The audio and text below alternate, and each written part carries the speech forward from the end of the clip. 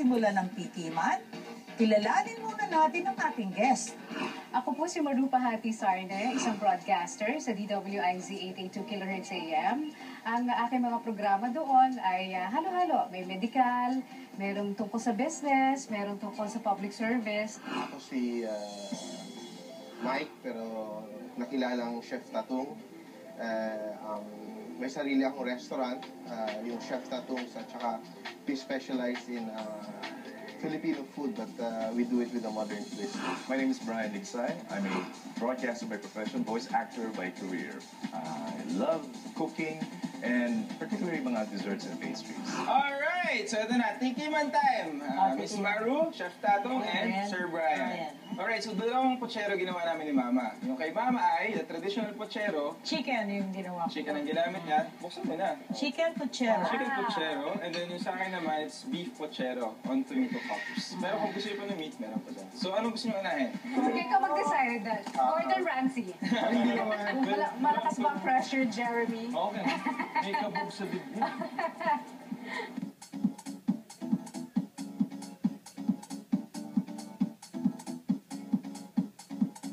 This one is different. It accentuates the flavor of the beef dahil dun sa tomato. And the herbs is a plus. For me, it's good on its own. However, I wouldn't call it a pochero kasi it's really far, parang for me, it's very creative, but it's a long shot from what a pochero is. So parang nangyayari, you're taking too many liberties in the interpretation of the dish. So yeah, especially with the addition of the cheese, so parang Naging, it siya reminds you masyado. of something Parang else. kaldereta. Ayan na naman si Mama! Okay, ito naman ang dish ko. Wow. Ito, chicken pochero.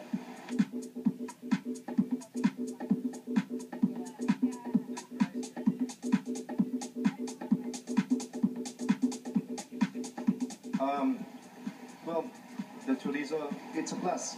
The meal, no? It's something to like look forward to. Nakita mo, ay, ako mag-isip na. Gusto ko yan. Ito kay Jeremy, actually, meron din chorizo Pero, Oo, kasi dinais mo, kaya...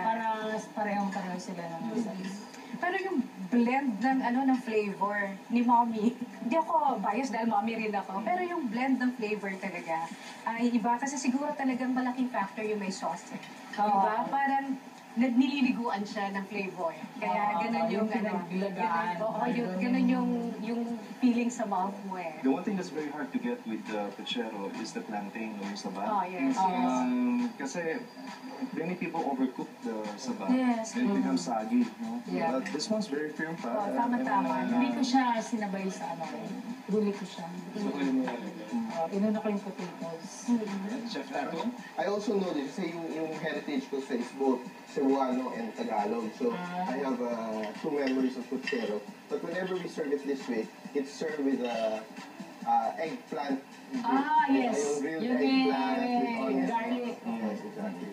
So, Tama. Yung papa mo ganun pochero. May kasamang... Magaling din pala sa Tagalog. Magaling na nga sa magluto. Talaga. Mas maganda siya mag-pochero kaysa akin. Mas sarap. But this is Alam, wala na beautiful.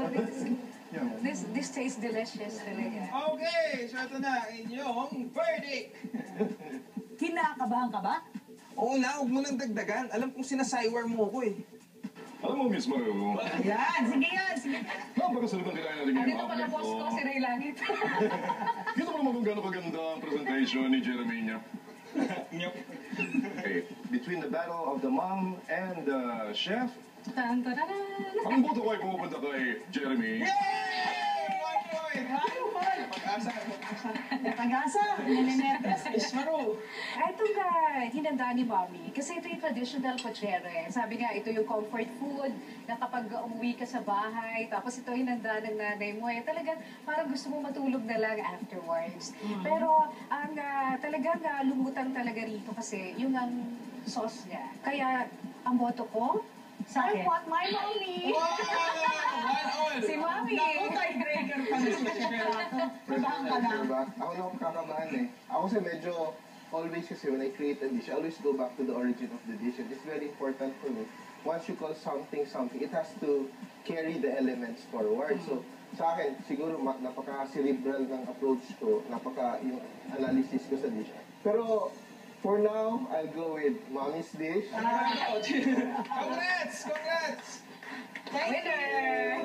Traditional Nothing na beats naman mom's nanalo. cooking. Of course, of course. Traditional. Talaga ikaw, Jeremy, you will always look forward to your mom's Oh, cooking of course. also. All the time. So good and Thank you.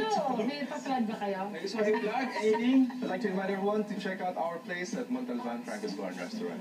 I'm there. Ako naman, every Monday to Friday sa DWIZ 882 kHz AM, ang Business to Our Business 12 to 1, at saka hanggang sa servisyo 10 to 11. At pag Sunday naman, meron na po KKB Kakabilib 8 to 9, Radyo Klinika ng alas 10 hanggang alas 11. Dami ah. At syempre, uy, ganyan ang tama. Yun ay every Sunday din. Okay. Shout out. I'd like to invite everyone to visit my restaurant, Chef Tattoo, is located in Acacia Estate in Taguig. Alright. Kami naman, like yung page namin ng Facebook. It's Like Chef mo Yes eh, Mom. Facebook, Please Chef like Yes button, Mom. like it like that.